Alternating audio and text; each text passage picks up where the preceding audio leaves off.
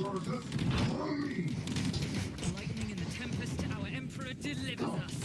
Hello, I'm Fast Lawyer. Today we're going to review Warhammer 40,000 Battle Sister VR, a game released on the Oculus Rift and Quest Store March 27, 2021, and on the Steam Store March 8, 2022. It officially supports all the major VR headsets. It normally retails for $20. I bought it on release on the Oculus Store, and yes, I just got around to playing it on the Meta Quest 2 using link cable PCVR version. Warhammer 40k Battle Sister VR is an arcade action FPS shooter. Obviously it's set in the Warhammer universe and it is steeped in lore. However, you don't have to be familiar with the lore in order to enjoy this game or the story. It does have a full story campaign along with an optional horde mode. It took me a little over 5 hours to complete the game. I would estimate it takes most people 4 to 6 hours to beat this game, depending on skill level. This game currently has a mixed review status on Steam, and I personally am just giving a tepid recommendation for this title. There's just too many issues here. I tried to enjoy the game, but every time I started to enjoy this game, there was usually either a bug, or it was just too janky, or there's just some poor VR interaction that kept me from really enjoying this title. This game is just barely recommendable. So let's talk about some technical things, and then I'll mention what I liked and what I didn't like about this game. Warhammer 40k Battle Sister is running on the Unity engine on my RTX 3080. I was getting 90 frames per second for the most part. However, I did have several stutters during my gameplay that did affect gameplay and frame rate drops along with that. It seemed when I was going into a new area is when the game would stutter heavily, and this did happen quite frequently, unfortunately. I did have all the graphics settings set to high. I probably should have lowered them all to medium on my RTX 3080. And I did experience some other bugs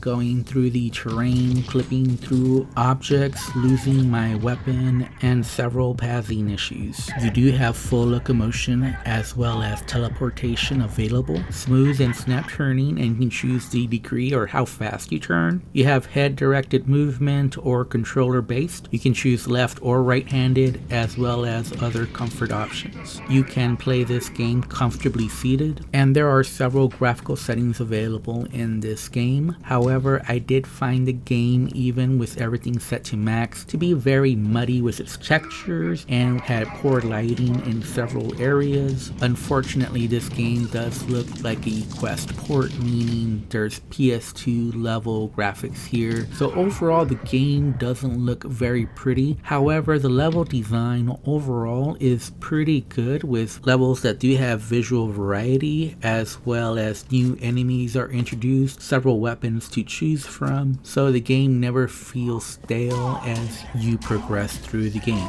And for the most part, there is an increase to the challenge as you go along, with more enemies being there. You just have to be quicker on your feet, and ammo conservation becomes something very important after the initial levels. So you do have to learn how to play smarter as you go along. And I did end up enjoying the story. At first, I was very confused by what was going on. I was not familiar with the lore from the Warhammer universe. However, by the end of the campaign, I did enjoy the story, and I was definitely interested in finding out more about this Warhammer universe. This universe did feel like it had a lot of history behind it, and you were just a small part of this overarching story, but a very important part of that continuing saga. It just gave the story an overall depth to it, and your character conflicting emotions about what was happening.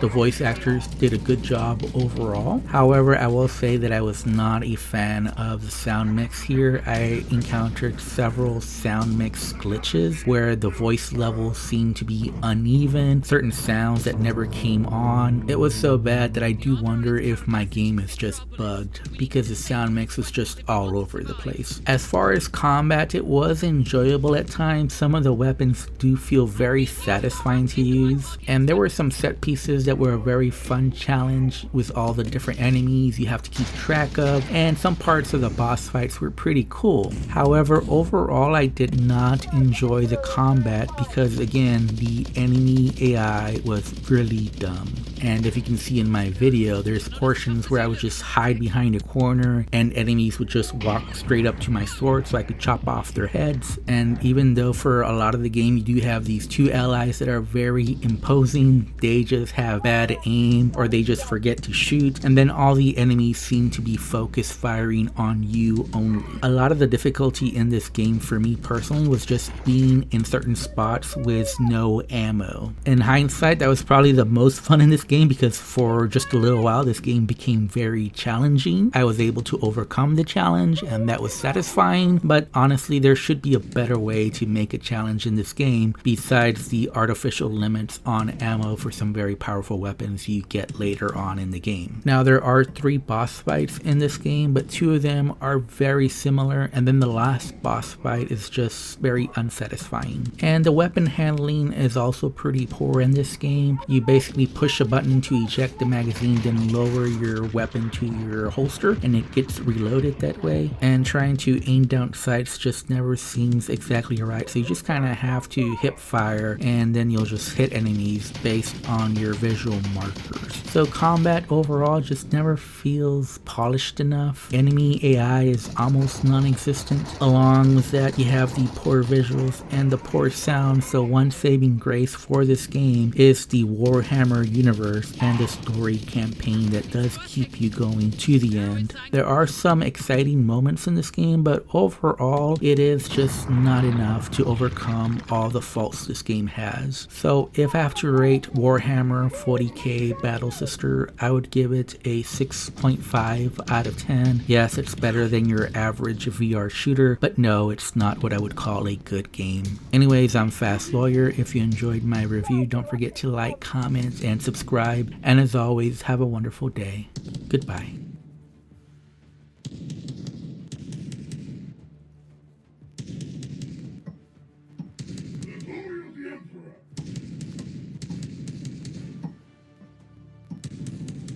I can't keep this up much longer! We serve the Emperor of Mankind!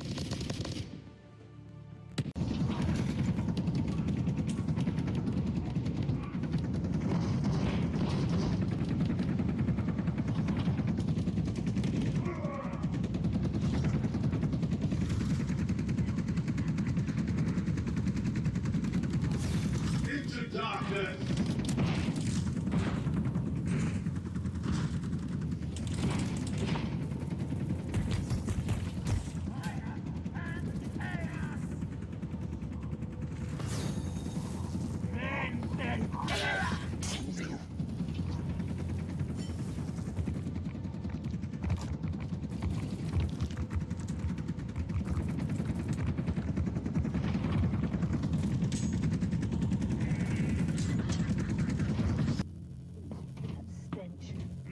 Storing facility by the look of it, fallen to ruin. The heretics have made it their base. And broken through into the depths below, I suspect. The orb? It must be.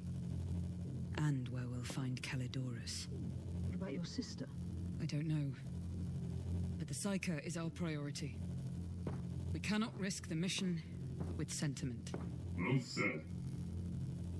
You're the living green. Terminator! Take hook. I will kill them for our righteousness.